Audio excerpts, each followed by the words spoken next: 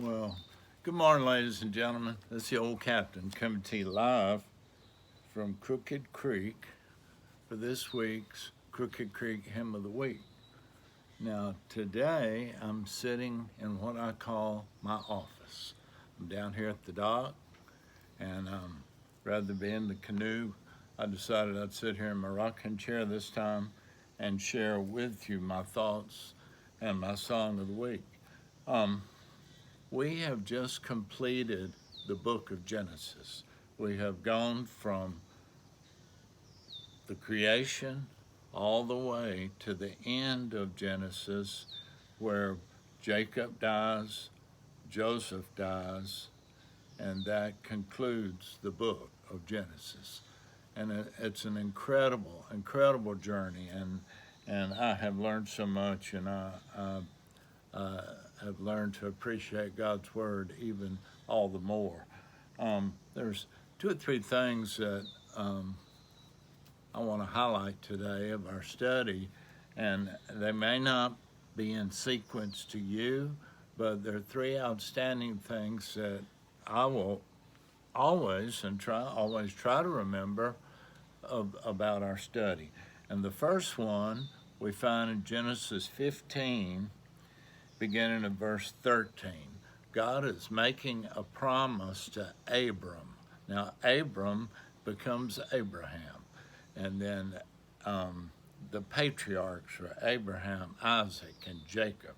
And later on, one of Jacob's sons is Joseph. So that's where we end. So we're way early in the book of Genesis. But God, he tells Abram what's going to happen. And here's what he says, beginning in verse 13.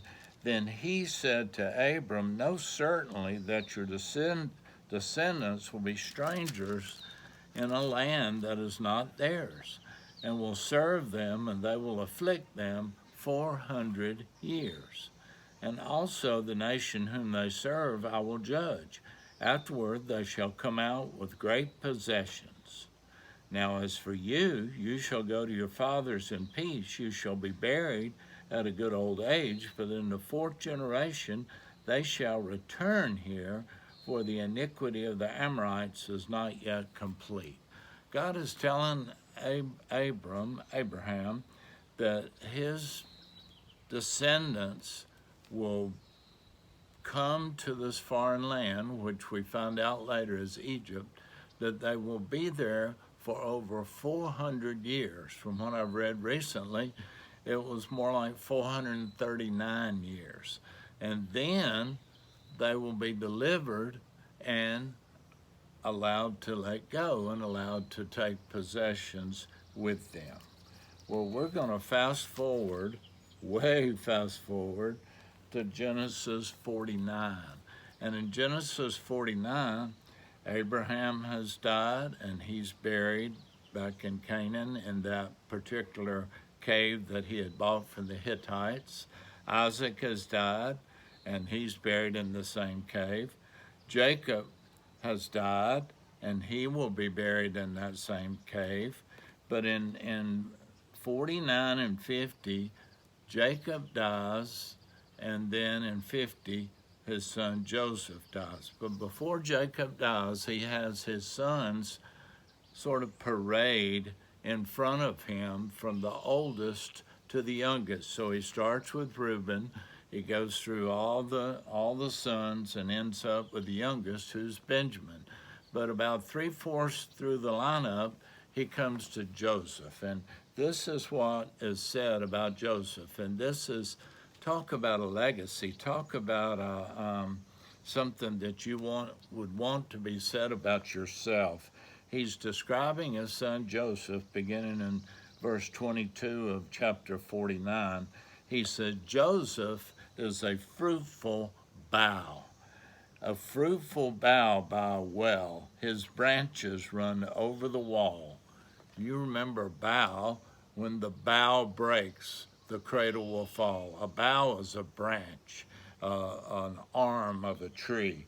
And Jacob is saying his son Joseph is fruitful.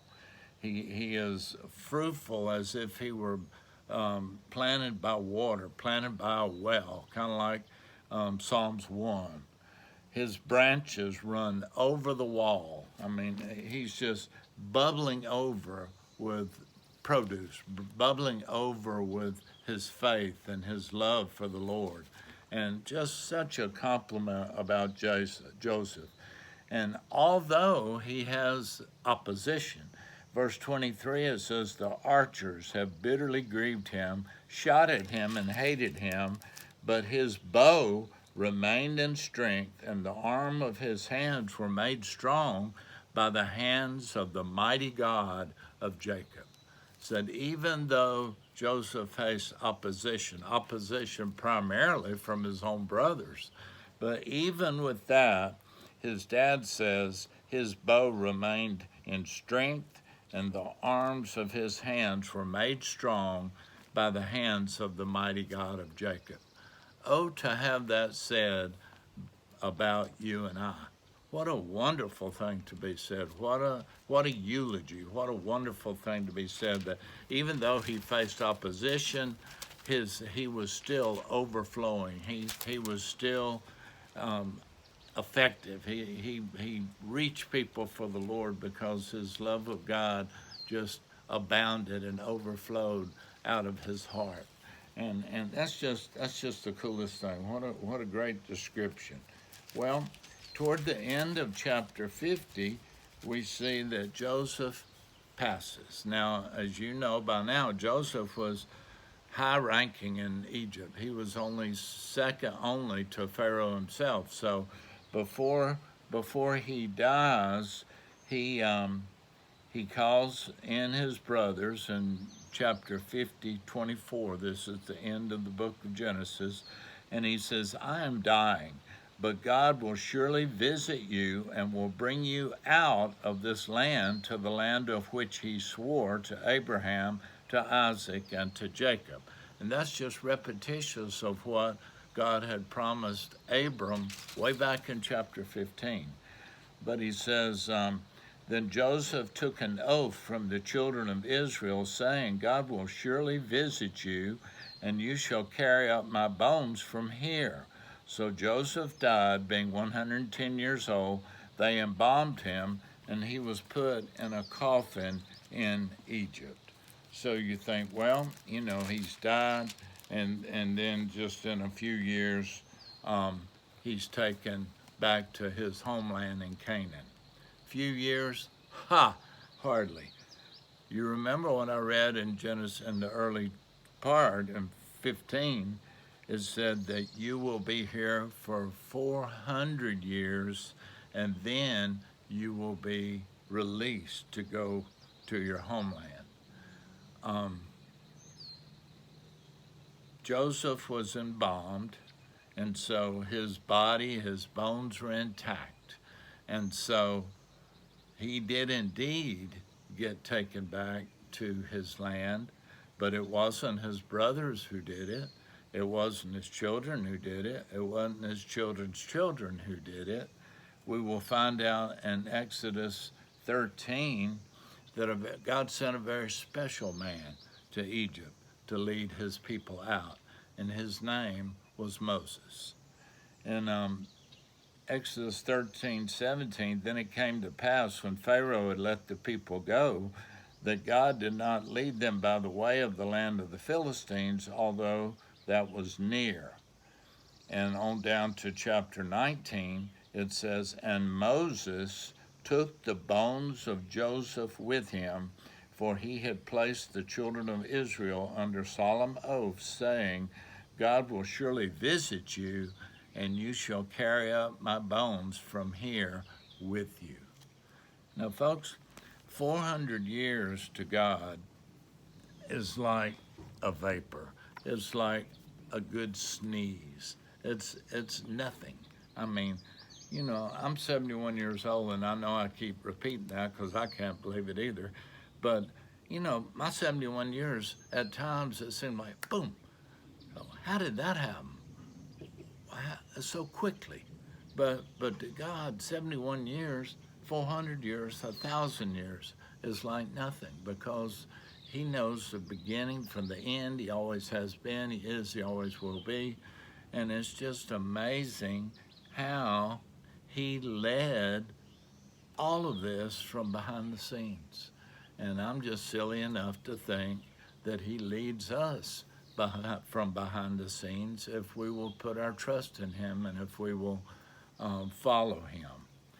So, with that being said, I want to sing about one who leads me, who leadeth me. In the years 1834 to 1918, Joseph H. Gilmore lived during that period. He wrote the words to the song. The music was written by William Bradbury, who lived from 1816 to 1868. And the song is He Leadeth Me, O Blessed Thought. So that's what we're going to try to sing this morning. 4 short verses, and we'll do the best we can. He leadeth me, O blessed thought, O words with heavenly comfort fraught. Whate'er I do, where'er I be, still 'tis God's hand that leadeth me. He leadeth me, by his own hand he leadeth me. His faithful follower I would be, for by his hand he leadeth me. Sometimes mid scenes of deepest gloom, sometimes where Eden's bowers bloom, by waters still or troubled sea, still 'tis his hand that leadeth me. He leadeth me, by his own hand he leadeth me. His faithful follower I would be, for by his hand he leadeth me. Lord, I would clasp thy hand in mine, nor ever murmur nor repine, content whatever lot I see, still 'tis thy hand that leadeth me. He leadeth me, by his own hand he leadeth me. His faithful follower I would be, for by his hand he leadeth me. The 4th verse, I'm going to read it, then I'm going to sing it. It says, and when my task on earth is done, when by thy grace the victory's won, even in death's cold wave I will not flee, since God through Jordan leadeth me. Folks, it's all or none. You're either in it or you're out. J. Vernon McGee says there's 2 types of people. There's saints and there's ain'ts. I'm proud to be a saint, and I hope you are too. Verse 4. And when my task on earth is done, when by thy grace the victory's won, in death's cold wave I will not flee, since God through Jordan leadeth me. He leadeth me, by his own hand he leadeth me. His faithful follower I would be, for by his hand he leadeth me. Folks, what's going to be said at your memorial service? What's going to be said at your funeral? Are they going to say, well, tell you what, he had quite a portfolio? Or are they going to say, man, he was the best duck hunter on Crooked Creek? Or are they going to say, he was just a great businessman. He was this, he was that. Here's what I want said about Horace Lefebvre, I want it to be said similar to Joseph. Joseph is a fruitful bough by a well.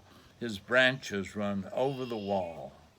But even when the archers were bitterly grieving him, shot at him, and hated him, even in the hard times, his bough remained in strength, and the arms of his hands were made strong by the hands of the mighty God of Jacob. Folks, somebody's leading you, and I do hope that the one who's leading you is the same one who led Joseph. Thank you so much for joining us for this week's Crooked Creek Hymn of the Week.